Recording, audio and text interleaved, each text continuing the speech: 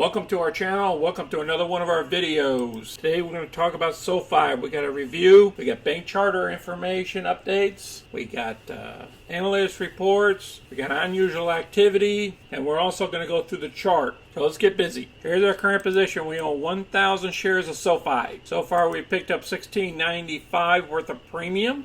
Month of January, we picked up $2,621 worth of premiums and profits. And of that number, $261 are closed positions. SoFi jumped up 4.26% today, even though the NASDAQ and the Russell only went up 1% respectively. The volume was below average volume. Market cap still around 11 billion. Analyst price targets, the low is $19 and the high is 30, and we're below the low. Let's look at the short interest. Currently we're sitting at around 10%. There was a change between 11:30 to 12:15 from 45.8 million shares to 56.5 million shares. So that was an increase of 23%.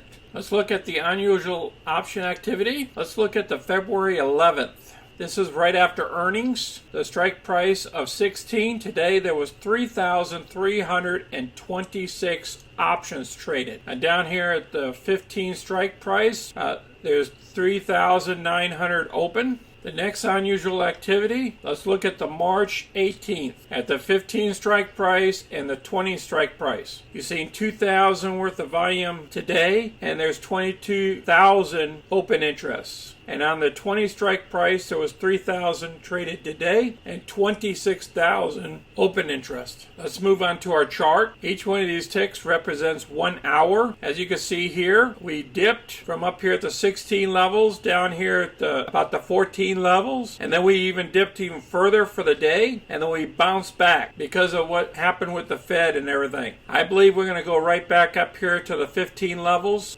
before the bank charter is finally announced. So we have some information on that as well. Let's go to the bank charter information. Based on this article, it came out January 7th. Down here waiting on the bank charter, considering the dependence on capital to finance their lending products, the pending bank charter is critical to the long-term success of SoFi. The fintech needs bank deposits from members in order to fund future loans similar to traditional banks. At the recent Credit Suisse Technology Conference, CFO Chris LaPont repeated the benefits of the bank charter. The company is optimistic at obtaining full approval. In terms of the benefits of having a bank charter, right now it comes in multiple fold. Primarily its cost of capital play and will allow us to grow our lending business in a more robust way. To give you a little bit of context, our lending business right now, we rely on about $6 billion of warehouse capacity, as well as our own equity capital in order to fund originations. So we originate loans, we fund them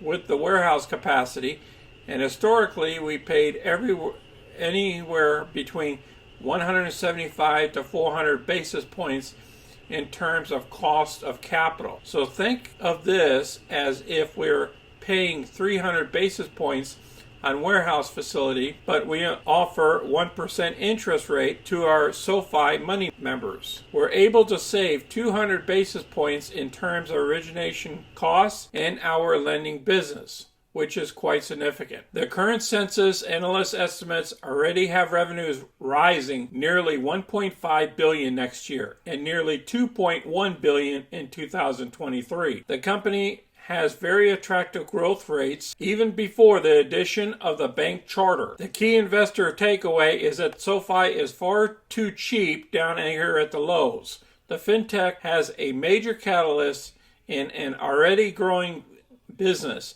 Yet the stock trades as the business has been impaired. The stock is now trading at around 10 times original 2024 EBITDA targets. Assuming the bank charter is approved, investors should buy the stock ahead of the bank charter approval and before the moratorium on student loans expires, allowing their lending business to return to normal. Is their takeaways. Okay, there's a lot of information here. I'll place this article down below so you can review it. All right, this article is an investment company called First American Trust, and they turned around and bought some companies up. The new purchases include SoFi. Now, they have a total value of $732 million in their fund. So they just picked up SoFi. So they're another buyer of SoFi. That just happened January 11th today. I appreciate everybody watching our video today. I hope I brought a little bit of encouragement on the bank charter, some clarification there. There's a lot of news that CNBC was stating. So just look at those March options if you want to go ahead and get into those spreads. And keep us posted down below on your trades and the spreads that you're performing on SoFi as well. You guys take care of yourself this week. Be safe out there. Until next time, this is Sunny. I'm out.